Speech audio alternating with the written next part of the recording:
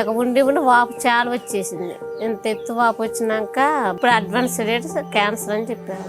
ఈ ఆయుర్వేదం తీసుకోవడం మొదలు పెట్టాను. పునర్జన ఆయుర్వేదం చాలా మనుషుల్ని బతికిస్తుంది, మరో జన్మనిస్తుంది. హాస్పిటల్ అయితే హ్యాపీగా ఉన్నామండి, చాలా సంతోషంగా ఉన్నాం. నా పేరు దుర్గా. మామూలుగా వాపు వచ్చినాక హాస్పిటల్కి వెళ్ళాను, చాలా మెడిసిన్స్ కూడా వాడాను. ఇక ఉండి వాపు చాలా వచ్చేసింది. నాకు 3 గడ్డలు ఉన్నాయండి. మామూలుగా నోట్ల నుండి టచ్ లైట్ వేసి చూస్తే కనపడేవి. బయాప్సీ చేశారు, బయాప్సీ చేస్తే తెలిసిందండి క్యాన్సర్. ఇప్పుడు అడ్వాన్స్ రేట్ క్యాన్సర్ అని చెప్పారు. ఇక మేము చాలా అప్సెట్ అయ్యా. మా ఆయన వికలాంగు, నాకు 2 పాపలు. అనేక చాలా ఫేర్ అవుతుంటే మా మావేల అమ్మాయి ఇంటికాడ ఉన్నాం మేము అన్ని రోజులు కూడా. ఉంటేనే అక్కడ పక్కన ఆంటీ వాళ్ళు చర్చికి వస్తామంటే వస్తానని చెప్పాను.